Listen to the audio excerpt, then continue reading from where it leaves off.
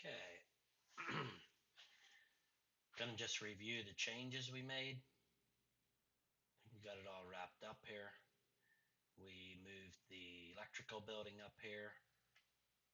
Moved the dryer out some. So now we have, I believe it's almost 10 foot from this concrete pad to the dryer is, yeah, almost 10 foot. So there's plenty of room to get in here and clean. One thing I was thinking is you can't come in this way due to this conveyor here, but there should be room to come in this way here. 10 foot of room to come in here, come around. So cleanup shouldn't be a problem. We removed the conveyor that went from the peak of this bin back to this bin, and just I put a dual tube chain conveyor on here, and that's kind of doesn't really matter which route you go, other than if you do have a 10,000 bushel an hour elevator feeding it, then you're going to want to use a 14-inch dual tube chain conveyor, because a 12-inch is rated at 10,000 bushel an hour, but a 12-inch will never handle 12,000 bushel an hour on a 10,000 bushel an hour on a 30-degree incline like this. So the here I show a conveyor going across the top of these bins, and with the conveyor you have the catwalk where you can walk across the catwalk. That way if you go up one bin you can walk across the other, but that could be done with the dual tube chain conveyor also for probably half the cost and would last many years. It's just the handiness of the catwalk and stuff would be the only thing. So I moved the control building to set right here at the corner of the scale and dump pit. We have the dump pit underneath there, 2 dumps, one for each hopper, and I think we got all the other changes made. We're spouting to here. We have a conveyor out, a double tube chain conveyor going out to that end one, and I think we have everything set that we had needed to change. So, the one thing I was going to say is this wet bin.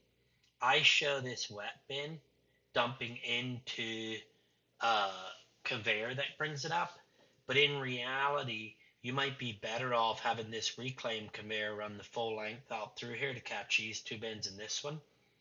And then you can put a conveyor unload in this wet bin that would come over and dump directly into the wet leg. That way there's no, it's just one conveyor that starts and stops to feed the wet leg. That would be one way to do it. So with this setup, you cannot unload dry corn while drying unless you were to put a 10,000 bushel an hour or 12,000 bushel an hour dry elevator in.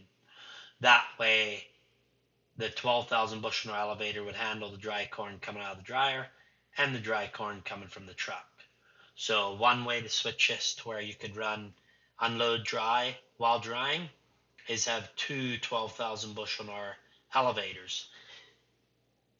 The other option is you could put a secondary elevator in where you said, okay, I'm going to put an elevator right here against this dryer, have this bin unload into that elevator, and then that elevator feed the dryer or spout back to the leg. I think that would be a lot of extra cost for what it would accomplish. I would do this setup here, and if you want to put be able to unload while drying, just put a 12K dry leg in.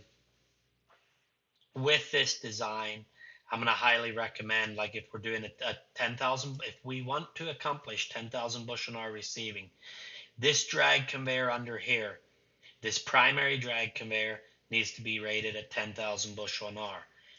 This secondary drag conveyor that goes up to the elevator needs to be 12,000 bushel an hour.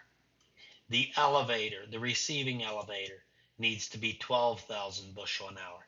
Each piece of equipment after that primary drag needs to be 20% higher capacity than that primary drag. So if we want to be able to dump grain at 10,000 bushel an hour from the truck into these bins, then we need to have 12,000 bushel an hour double run, 12,000 bushel an hour conveyor, because an en masse drag or a drag conveyor, flat bottom drag conveyor, it's easy to get all of what they're rated for out of them, whether it's an incline or a level.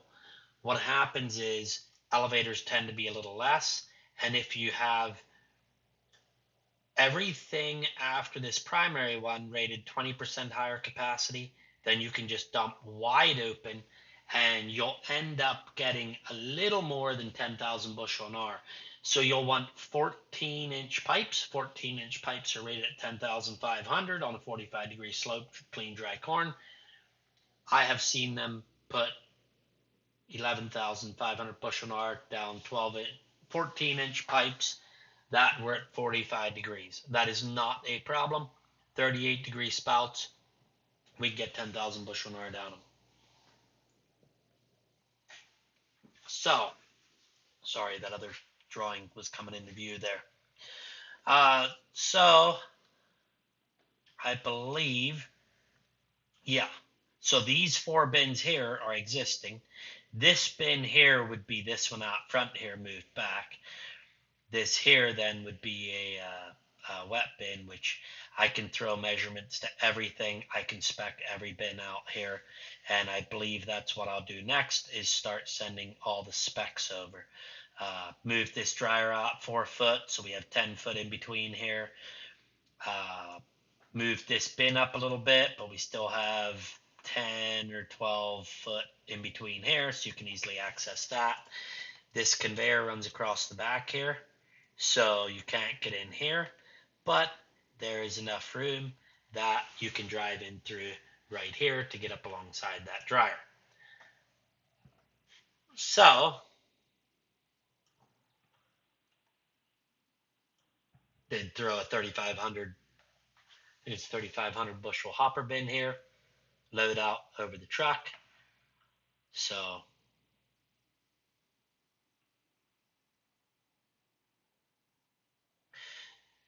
yeah, so then this conveyor straight drag down through, and yeah, I explained the putting a drag conveyor in the wet bin. So I believe what I'm going to move on to is putting some measurements to equipment, moving some equipment around, put measurements to it, and I'll start getting that information over. I'll throw some spout lengths and some the elevator heights, and I'll drop all that stuff out in a way that it can be quoted out. So I guess that'll be it. And if you have any other questions, give me a holler.